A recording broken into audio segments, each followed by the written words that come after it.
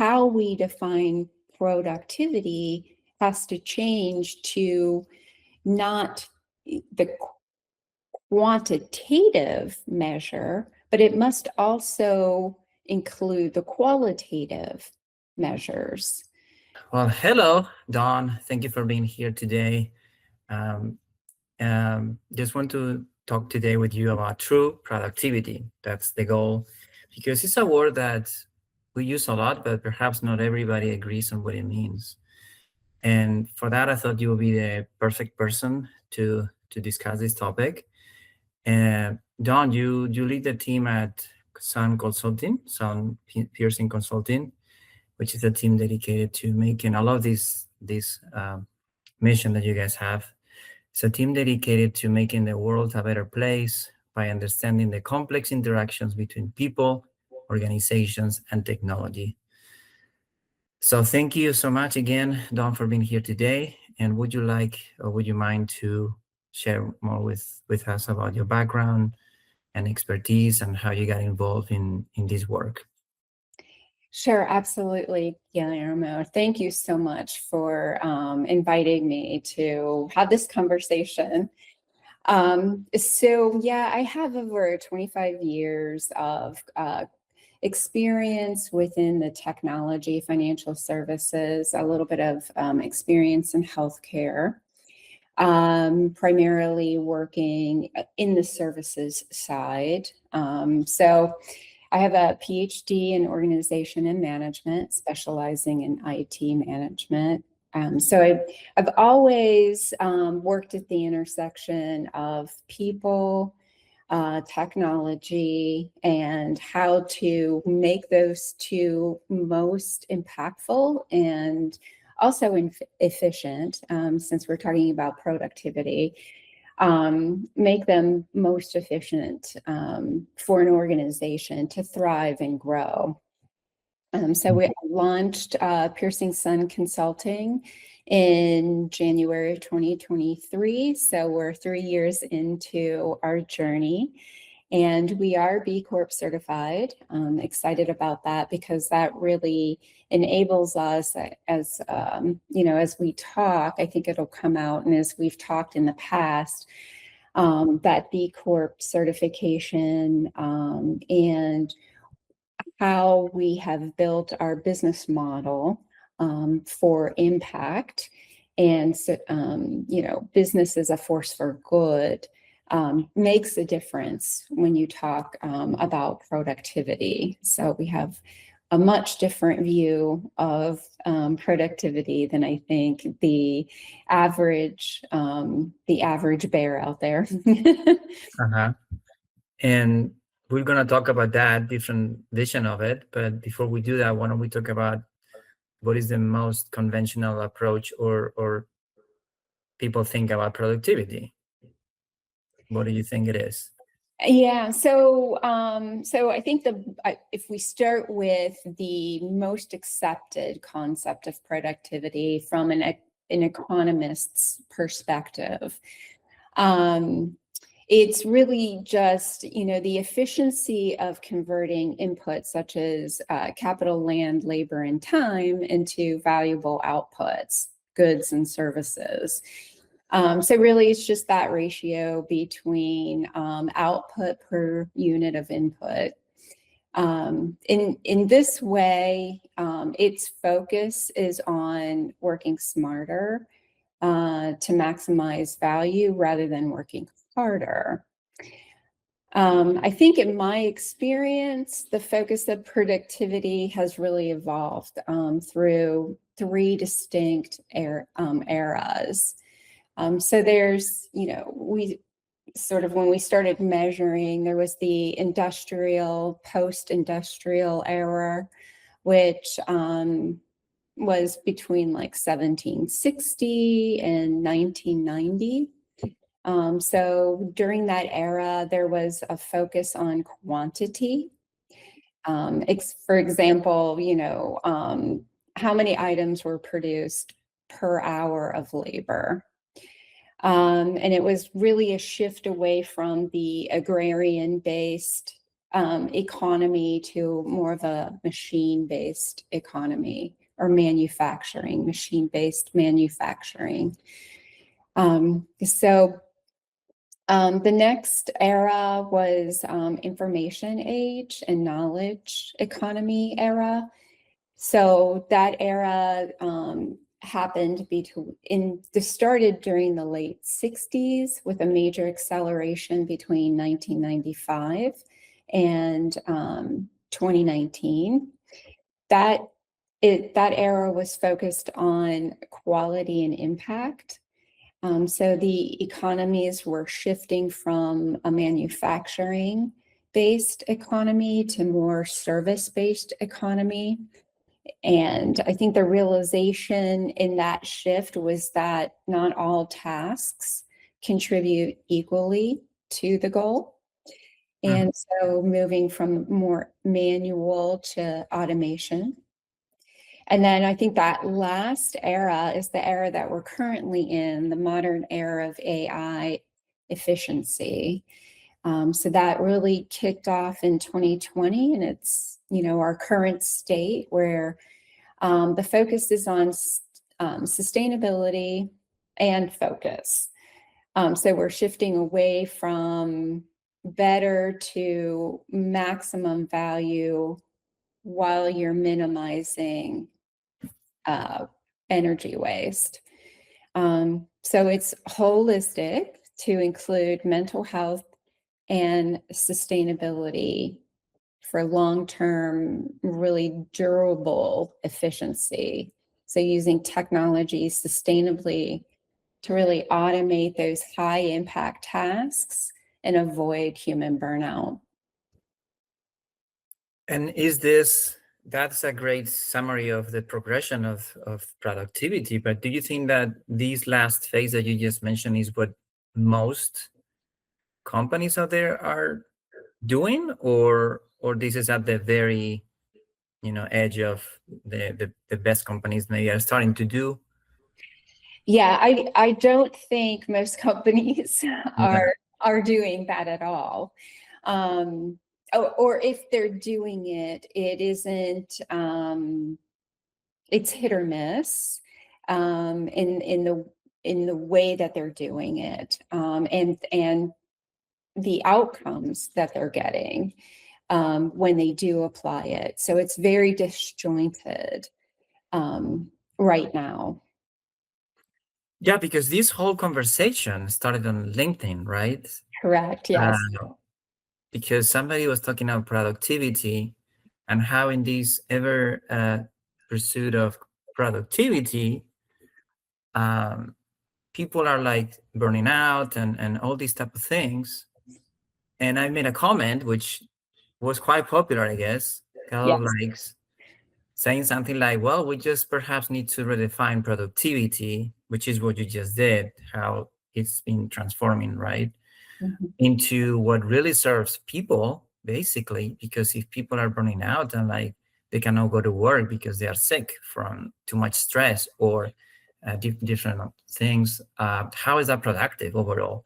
So we have to start measuring value. I think you talk about maximum value, and that's an important concept in a different way that really aligns what is best for the whole system. I think you're talking about an approach that is more holistic and looks at many different things. So it's multidimensional, and that is so much more impactful really in the long term. And that's what we need to do, right? You need to keep pushing productivity into that.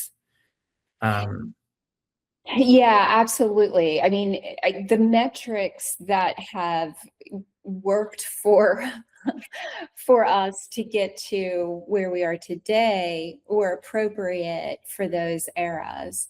Those metrics are no longer appropriate for where we are today. And so those metrics have to change in order for us to truly be productive in, like you said, a very holistic way, thriving and flourishing, not just, I think I think the post that we both commented on, and you had a very popular, like you said, answer was Yeah.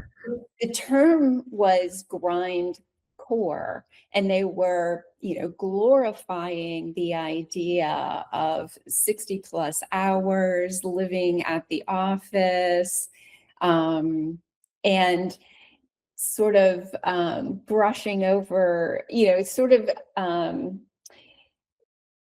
indicating that they were acknowledging that, that it can't be the only thing you do. So they threw in like, oh, we have, spas here. You can go to the spa. And it sort of harkens back to the mid 90s where you'd hire a bunch of developers, put them in the basement, and then slide pizza under the door for them, maybe put a ping pong table there, and but there was always this suspicion of, if I'm playing ping pong,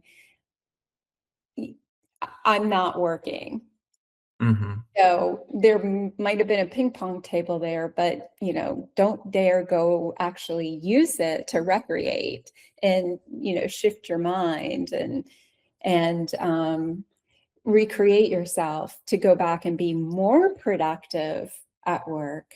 Just stay where you are, keyboard, fingers to keyboard, producing the code. Yeah, that's really funny, and I'm sure it happened. And it's just missing the human element so much that is, to me, is like striking. And even from going back to productivity, because that's an interesting topic, like if we want to really be productive, think about a strike of genius, right? Like a person that is really inspired. Maybe playing ping pong, it's something that is going to like calm down that person. And we know that scientists and there are studies on this, that when you come up with new ideas, and I think new ideas are the core of productivity, because if you come up with something disruptive, that can only happen when a person is relaxed and calm. You cannot be stressed and burning out and come up with brilliance. It's just impossible. So I think we need to bring back that human element. And I think in that conversation, obviously, was missing. Just thinking that we're machines, humans are machines. We need to push, push, push, slide the pizza under the door, which is really funny, and forget about it. And just let them work more hours. It's just so short-sighted. Absolutely. I couldn't agree more. Yeah, so you mentioned the integration. I'm going I'm going to say the integration of, we have we have two main hemispheres of our brain, more analytical and more creative side. And the way our companies today focus on productivity, it's really glorifying that analytical side. And this comes into play when you speak about, a stroke of genius. And that's a whole other topic we need to get into too at some point. But it's very it would be very rare for somebody to have a stroke of genius using only one hemisphere of their brain. You really have to integrate that analytical and creative side, and those are two different capabilities of in ways to get. There are two different approaches or ways to get to those abilities, the analytical ability and the creative ability. What gets you analytical genius is not going to get you creative genius, and true genius really comes across, it employs both analytical and creative. Mm-hmm. And do you think, obviously, in most corporations and most organizations, there is a culture, and most times this culture is just a top-down thing, right? Coming from the leadership. And do you see most leaders today like seeing these and recognizing the potential? Because I always see it as this is not bad for you. This is very good for you in the long term. It's a strategic move. It's nothing has nothing to do with being kind or you know just it's actually like beneficial for everyone. It's a win-win to integrate this human side and see your human resources as what they are, humans. So do you see there is a change at the top in organizations? So we are at the very beginning of these. I think we are at the very beginning of this. Certainly in corporate America, which is what I'm most familiar with. Humans are still viewed as a risk, very big risks to be managed. So, when you think about an HR department, HR from an employee perspective, the employees know HR is not a place you go to, be heard or understood. HR is, there to reduce the company's risk and exposure. So that right there is an issue. If your employees can't trust that, they have a safe environment to work in, whether it be a physically safe environment, a psychologically safe environment, emotionally safe environment. So the employee that doesn't have the trust there, HR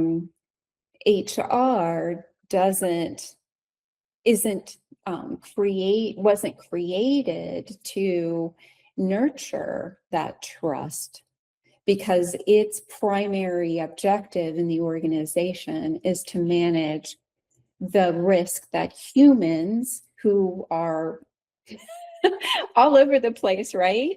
Wow. We're dealing with a mindset of everything's got to be machine-like controlled. You can't control human beings, and a lot of times the output of a human. So, there's a lot of variety and variability when it comes to humans.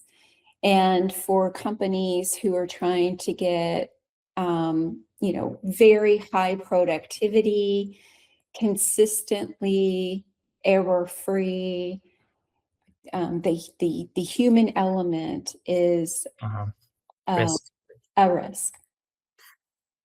You talked about so many interesting things, one of them being trust, which is one of my favorite topics as well.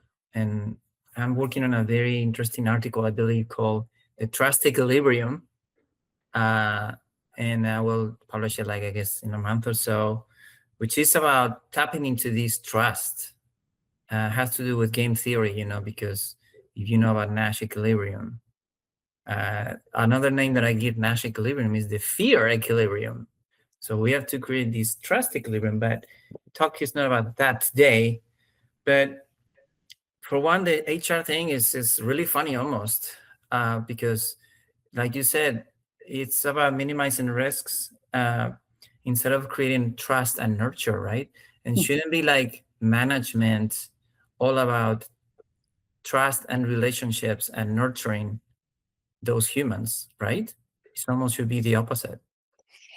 Yeah, but going back to the industrial era, management, that term management is control. It means control. Control output, control the quality, control. So again, from an employee perspective who is wanting to integrate both their analytical and their creative side of their brain, depending upon the role that they're in, management is going to want to control, that output. And again, that's where, it's a risk. So, because humans have variation. What I hear is like there is this constant tension between the employee and the management. And it should be just the opposite. It should be trust, right? It should be like a nurturing.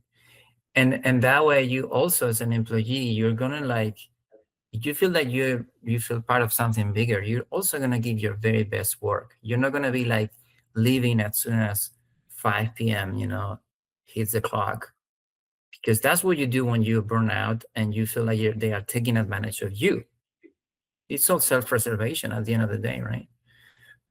So that's what we have to see is we have to totally change the lens and start looking at productivity in a different way. And these corporations, HR, and everyone has to measure high productivity in a different way. And we already talked about how it's been done in the past, traditionally. How do you think that we should be looking at productivity to measure it in a way that is more viable, really, and like better for everyone?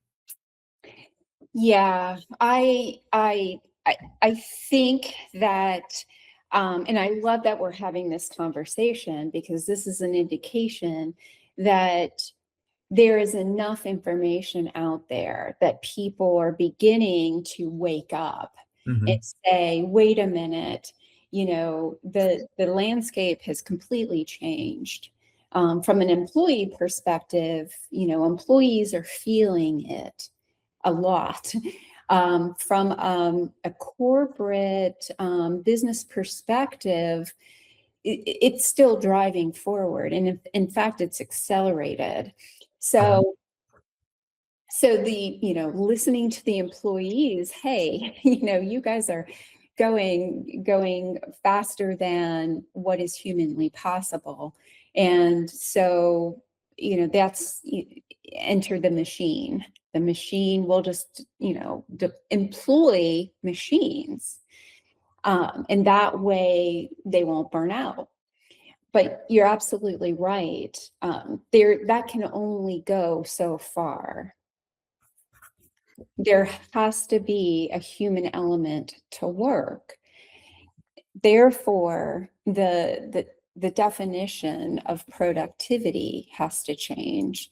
And so where we are from a modern day perspective and how we define productivity has to change to not the quantitative measure, but it must also include the qualitative measures, so that we can get to understanding the outcome of the effort that's made.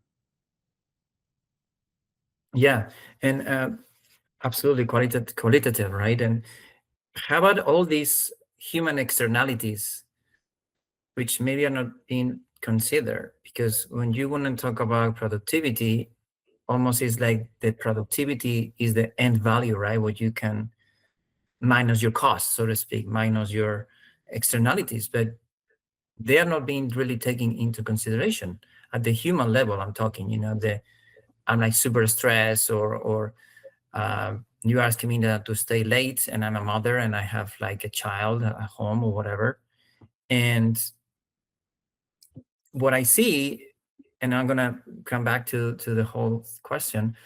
I see this philosophy in small teams, right? Because I've been taking all these classes about corporations and management, all these things. Like it's always about like do what is best for the team, become friends. I mean, it's all like beautiful and fantastic. It's like a group of friends working together to be more creative. Great. But why don't we take that to the next level, to a little bit like include more people in the corporation?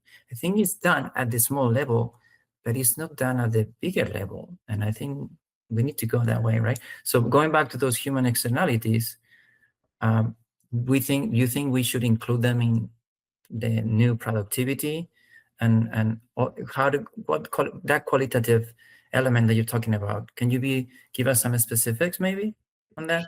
Yeah, sure. So yeah, if I were to redefine productivity today, I would include things like worker well-being and resilience. So both, and that would include both mental and physical well-being. Definitely looking at the environmental impact and sustainability. We are humans living on the planet Earth. Right. Earth is not happy and healthy. We're not going to be able to. Right.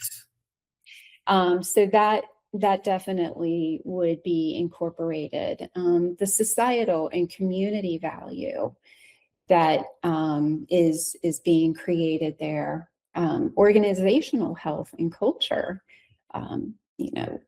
How's the organization doing? What kind of culture does it have?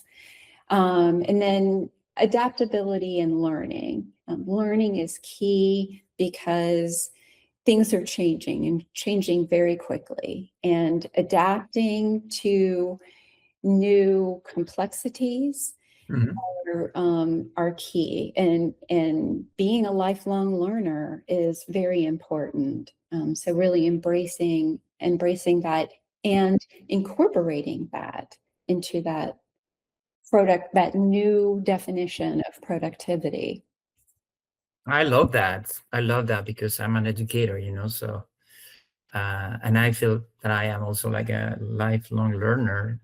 So, and I love what you said, that we are seeing like more people are waking up to this reality. You're seeing that more and more people are recognizing, well, maybe we need to like measure productivity in a different way because it's not working for us or it's not working for the planet. Obviously, if the planet is not doing well, the air is not clean, the water is not healthy, how is that going to be good for humanity? It's not, right? Right. You touch on talking that it's not perhaps like slowing down, it's accelerating. So we know these more and more, perhaps because there are more problems and there are more like cracks in the system because it's accelerating. So we're starting to see the evidence of what we perhaps suspected in the past, but we were not sure. But now we're like, oh yes, it's here, we're seeing it. And is that because I'm guessing one of the factors is artificial intelligence, perhaps? Yes. So with all things, they can be used for good or for evil or bad, right? Right. A hammer is a hammer. How you use the hammer is the difference that it makes.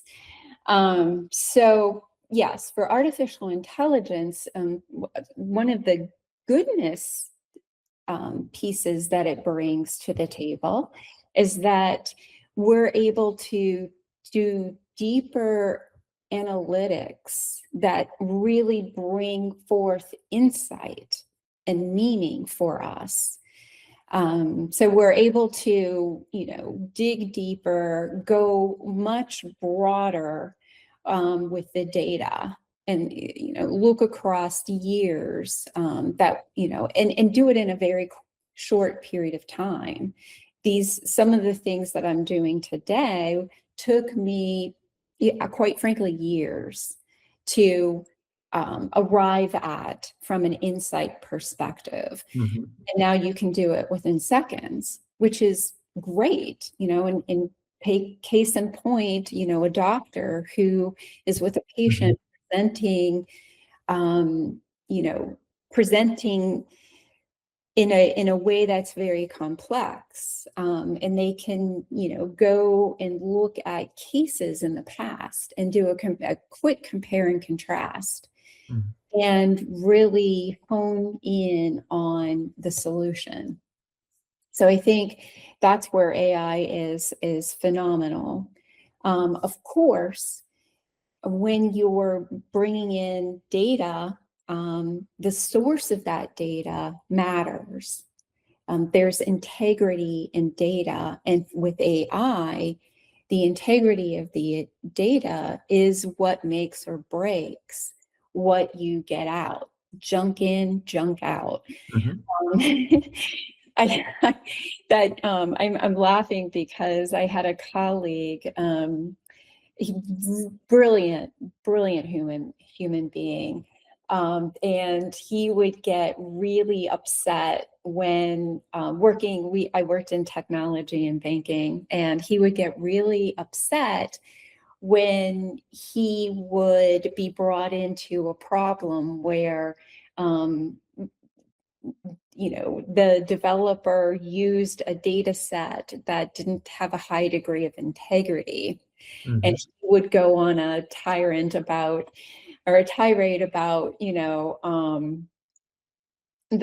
how important it is to have a high degree of integrity in your data. And he would walk around the office saying, garbage in, garbage out, garbage in, garbage out. Yeah. Yeah.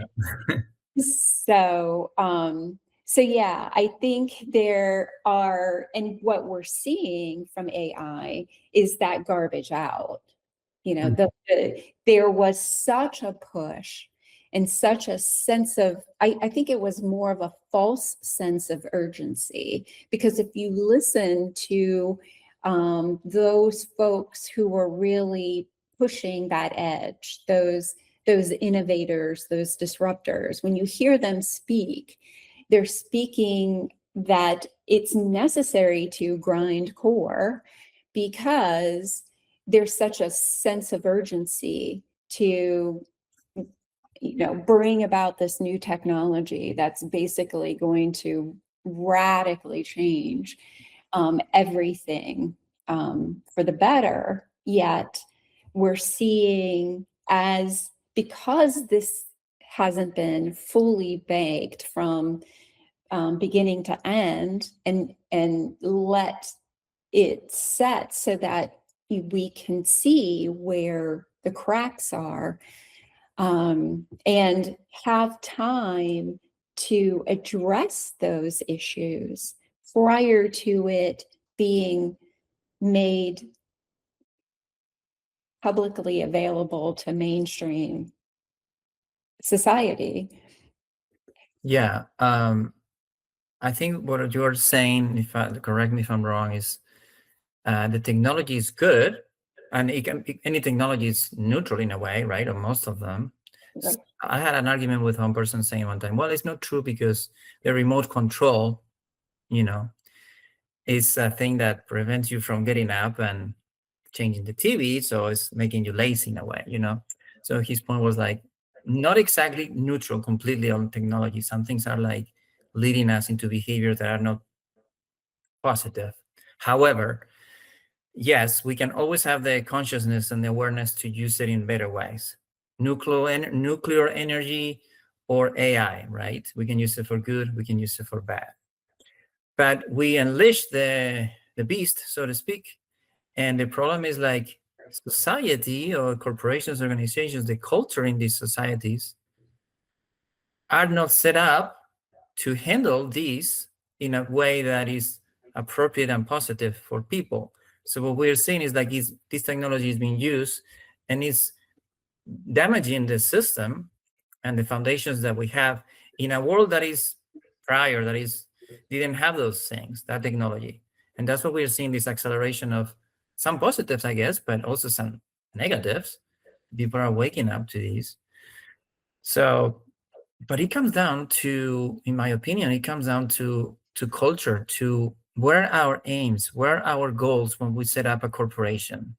I love what you do, in your profession, in consulting. You're helping corporations to be a force for good. But we know that that's not the truth for all corporations yet. Sure, they are like sustainable economically, they are like making money and they're providing employment for a lot of people. But when we take all the stakeholders, when we take all the inputs and externalities, how is that, They can definitely get better. So how are we transforming? How can we go about, which is also a thing, my work that I'm trying to do here, it's changing mindsets, it's changing paradigms. How can we take steps into convincing the big players, the leaders, and also every person on LinkedIn that they believe they have to grind harder, that perhaps there is a better way to use these technologies and everything else. Yeah, definitely. So that's and that's why I focus on the small and mid-sized companies. That's when in America, when you look at the distribution of, very large companies versus small and mid-size, the number of those small and mid-sized companies equates, or from a percentage perspective, actually are higher percentage than the large companies. And when those companies come together, the small and mid-sized companies come together, they can act as a very strong collective to make a change that, from a corporate perspective, from a very large corporate perspective, they can implement something and get near immediate results. That's why they have to be very careful to do due diligence to really understand when we put this in production, what effect, what impact is this going to have, not just from a financial perspective, but from a societal perspective. And in the past, corporations would offset the harm that they did by creating nonprofits or foundations to do good alongside the harm. So, for example, DuPont, has a foundation that has built parks and communities where, the chemicals have had negative health effects to people in that community. So that's how they've offset their harm in the past. But the harm is happening so fast now, it's not even possible to, number one, prevent it from happening because there were no guardrails in place to begin with. So that's an issue. But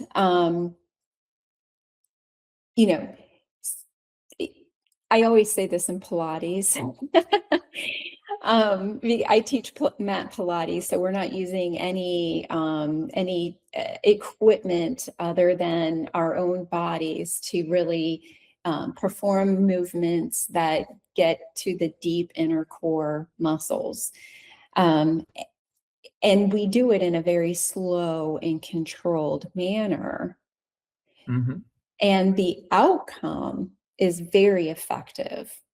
You can really improve your metabolism in that way. And if you think of, your metabolic, the ability to improve your metabolic systems, it's amazing that you can slow yourself down, be very mindful, deliberate, and controlled about the movement and your alignment in that movement to be very efficient, but also be very effective and productive with, increasing and improving your metabolic rate and health.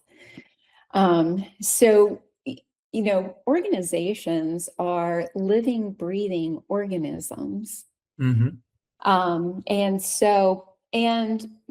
because they are comprised of humans are very social creatures. We have the ability, we are the pinnacle in ability of being able to collaborate with one another in a collective, and to co-create good, positive things, taking into consideration all of our stakeholders.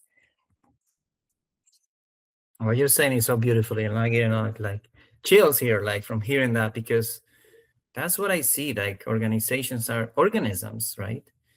And in that initial comment that I made in LinkedIn that was popular, I talk also about the forest economy, and it's just we can look at nature, we can look at the body and how it works, how cells interact with each other, and they're co-creating the health of the system. They're not just trying to see. There's not like an HR, and if the cells go and complain, the HR is gonna like, oh, here's the risk, we're gonna change.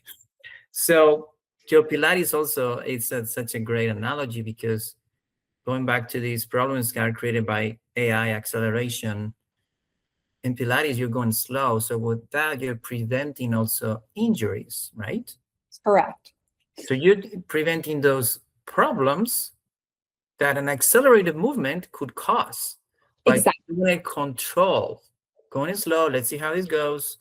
And it's very productive because there are no breakdowns, there are no injuries in the system, there are no problems created by this all of a sudden acceleration. Exactly. And a shock to a joint. I talk about that too when the first class and I have new students.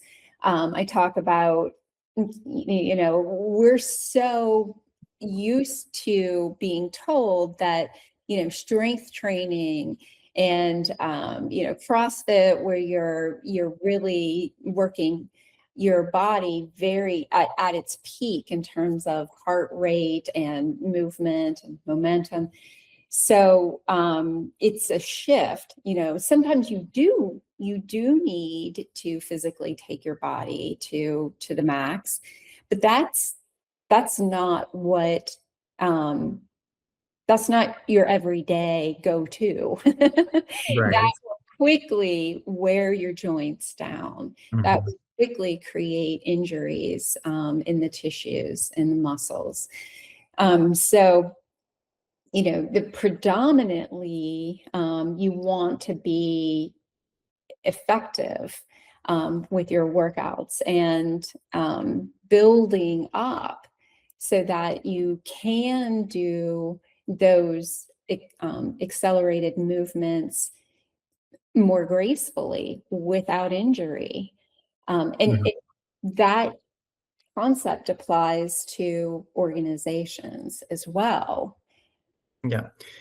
And because big corporations have such a quick impact in the society, in the environment, you were talking about small and medium organizations and how perhaps that is the better place to be trying to instill these principles because they're going to be more receptive because their impact is not as big, right? So they don't have to be so careful.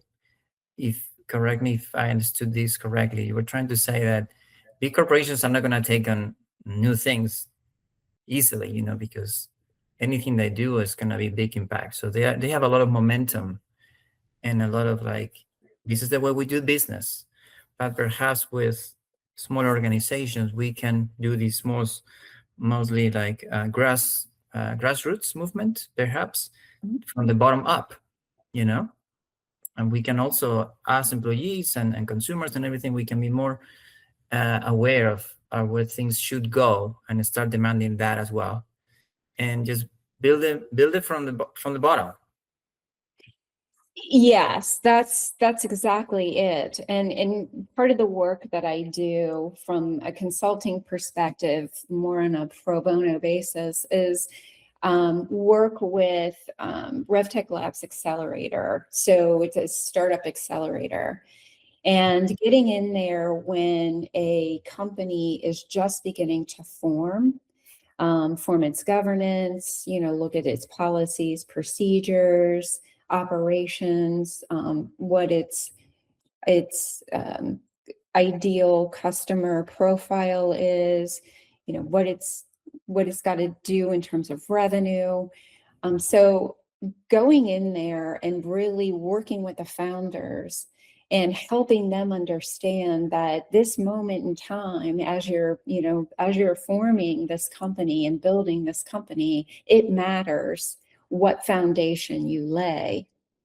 And you can build your foundation off of, profit maximization, or you can build your foundation off of a impact business model, a business model that has impact embedded in it, such that as you operate, you are impacting in a very positive, mindful way, not just hyper focusing on revenue, revenue, revenue, which pushes you to grow, grow, grow faster than the organization has the capacity and real capability to grow.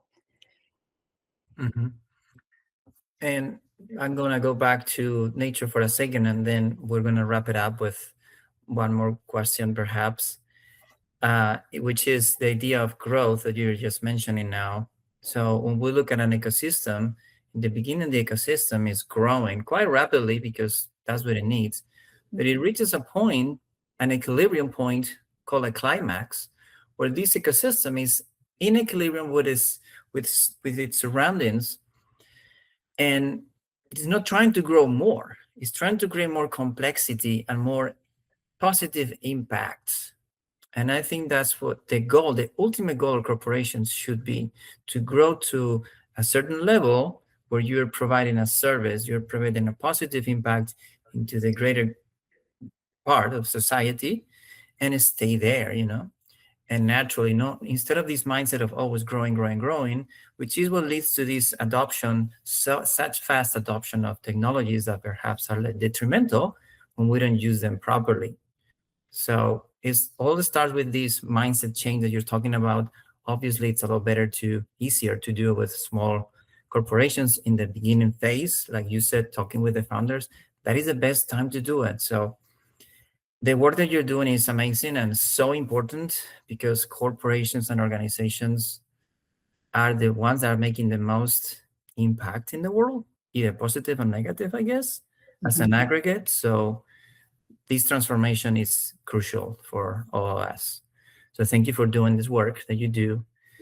And if you have to maybe finish with saying, like, how do we put productivity in one sentence for the next generation? If we had to say, guys and girls, or guys and people, like, this is productivity, how would you say that?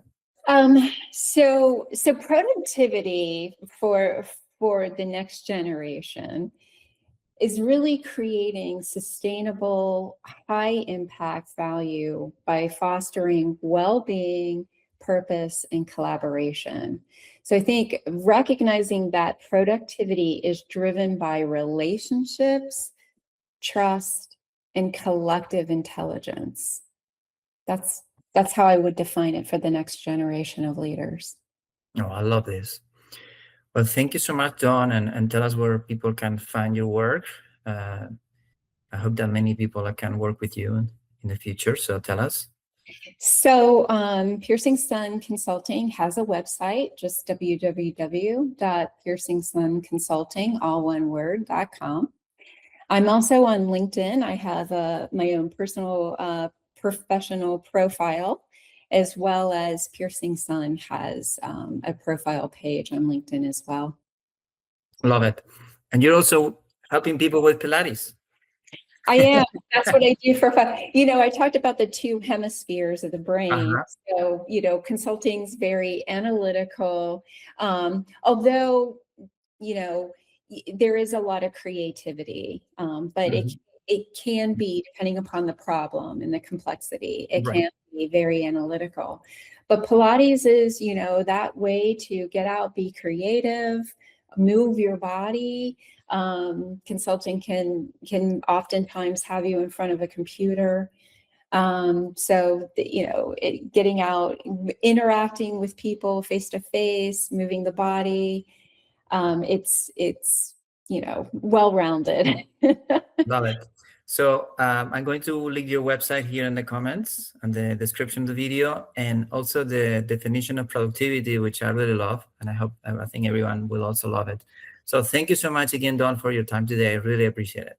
Thank you, Guillermo. Thank you so much. I really appreciate it. Take Thank care. Talk to you soon. you.